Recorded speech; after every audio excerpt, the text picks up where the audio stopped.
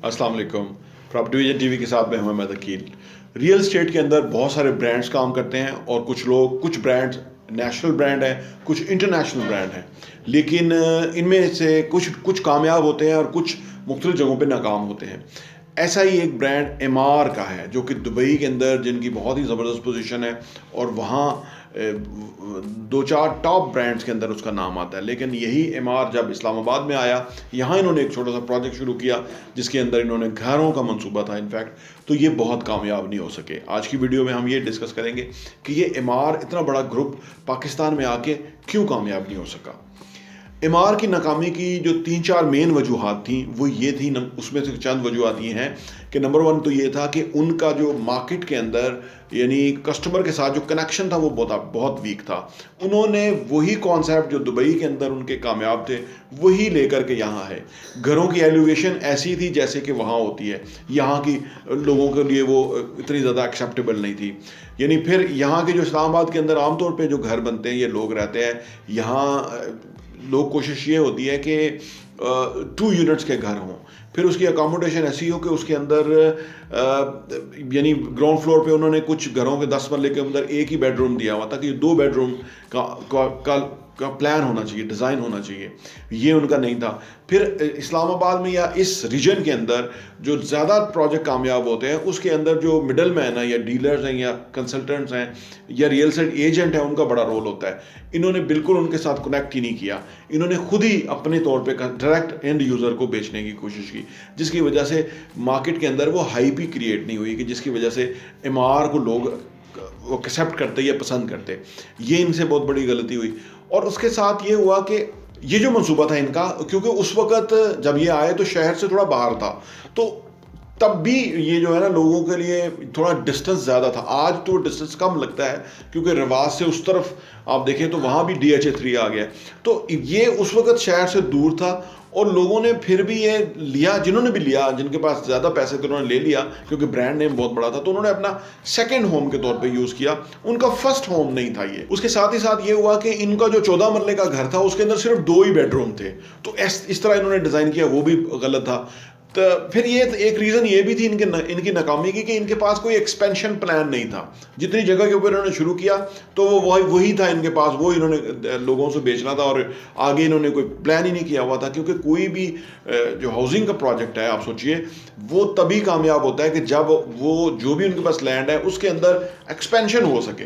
कल को वो, क्योंकि शुरू में तो आपको क्लाइंट को आप सोचिए कि अट्रैक्ट करने के लिए टाइम लग जाता है, उसके लिए आपको पैसा चाहिए, मार्केटिंग कैंपेन चाहिए। इनके पास जो ये लैंड थी इसके बाद इनके पास कोई एक्सपेंशन प्लान नहीं था, यानी कोई और एक्स्ट्रा लैंड नहीं थी। होना तो ये चाहिए था कि जब ये इनके पास 1000, 1500, 2000 घर थे, ये घर के बाद आगे जो फर्दर एरिया था इनके पास होता, सो दैट कि जब वो लोग बाय कर लेते तो फिर उसी मार्केटिंग के एक्सपेंस के साथ ये आगे भी चले जाते। ये इन्होंने नहीं किया।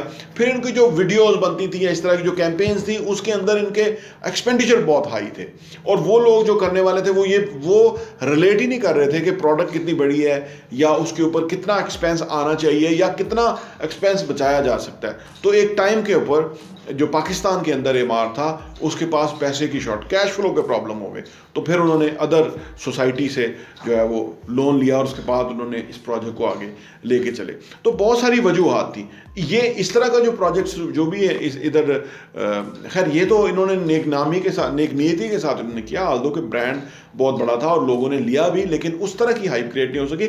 इसके अलावा कुछ और ब्रांड थे जिन्होंने यहाँ फ्रॉड भी किया, जिसमें से एक यहाँ पे ईडन वाला आया था।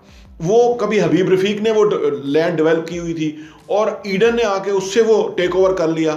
जैसे हबीब रफ़ीक का अभी जो प्रोजेक्ट आजकल बहुत स्मार्ट सिटी इस्लामाबाद और कैपिटल स्मार्ट सिटी लाहौर और इस्लामाबाद है, ये पहले जो ईडन वाला प्रोजेक्ट था ये पहले इन्होंने शुरू किया हुआ था हबीब रफ़ीक ने, और वो फिर ईडन को दिया।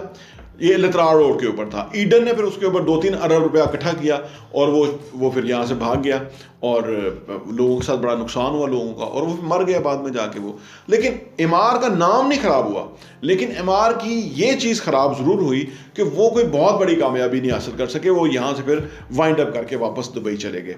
तो जो भी प्रोजेक्ट्स हैं रियल एस्टेट के हवाले से, जो भी हाउसिंग सोसाइटियाँ हैं, उनको देखने की ज़रूरत है कि वो किस तरह का काम कर रही हैं या क्या उनकी खामियां हैं। अभी भी 2-3 सोसाइटियां जिसमें गुलबर्ग शामिल है, जिसमें आपका पार्क व्यू शामिल है, या इस तरह की सोसाइटियां शामिल हैं, ये क्या कर रही हैं कि इनके पास अभी उस तरह की लैंड इन कंट्रोल नहीं है और ये चीज़ें बेचने की कोशिश कर रही हैं। ये बेसिकली अपने नाम को खराब, ये इसमें रिस्क बहुत बड़ा है कि कल को लैंड ना मिले, जो कि लैंड मिलना अभी मुश्किल है। इधर जो पार्क व्यू है, इसके अंदर 2-3 लोगों का कत्ल भी हो गया था लैंड के मामले के ऊपर। तो लैंड अभी तक इनके हाथ में उस तरह से आई नहीं है और ये आगे सेल्स में चले गए हैं। उससे क्या नुकसान होता है कि कल को खुदा ना खास्ता कुछ ऐसा चीज़ हो जाए तो आप कितने लोगों को रिफंड करते फिरेंगे, फिर आपका ब्रांड नेम खराब होगा। तो ये देखना, इस चीज़ को समझना, जो भी सोसाइटीज़ के अंदर लोग बैठे हुए हैं उनको ये चीज़ें देखना चाहिए। कभी दौर था कि इस तरह की चीज़ें चल जाती थी, लेकिन अब नहीं चलती हैं, क्योंकि अब आपके पास एक सर्टेन कंपटीशन है, लोग बड़े अवेयर हैं, मालूमात जो है वो ट्रैवल कर जाती है। आपका जो ज़िम्मेदार जो है वो बड़ा सियाना हो चुका हुआ है, कभी उसको पता ही नहीं था कि ये जो ज़मीन है इससे कुछ बहुत बड़ा पैसा निकल सकता है। आज उसको खुद पता है, वो खुद छोटी छोटी प्लाटिंग करके हाउसिंग सोसाइटियाँ बना के वो इनक्लेव के आसपास मुख्तलिफ जगहों पे आपने देखा कि बहुत सारे लोग बेच रहे होते हैं। 30 फुट की स्ट्रीट है, 40 फुट की स्ट्रीट है और उसके ऊपर आपको 6 लाख पे मरला प्लॉट है और इस तरह से। तो काम वक्त के साथ साथ चेंज हो गया है, चीज़ें बदल गई हैं। हमें चाहिए कि हम हर ब्रांड के हवाले से अवेयर रहें कि वो क्या अच्छा कर रहे हैं, क्या गलत कर रहे हैं, किधर जाके वो थोड़ा डंडी मारने की कोशिश कर रहे हैं जिसकी वजह से उनका नाम ख़राब होगा। और सबसे बड़ी बात यह है कि लोग ख़राब होंगे, लोगों का पैसा ख़राब होगा। तो बहरहाल इमार ने अच्छी कोशिश की, उन्होंने एक नया ट्रेंड देने की कोशिश की, लेकिन वो रिलेट नहीं किए मार्केट के साथ, लोगों के साथ, और इस वजह से वो इतनी कामयाबी नहीं हुई जितना बड़ा उनका नाम था। बहुत बहुत शुक्रिया।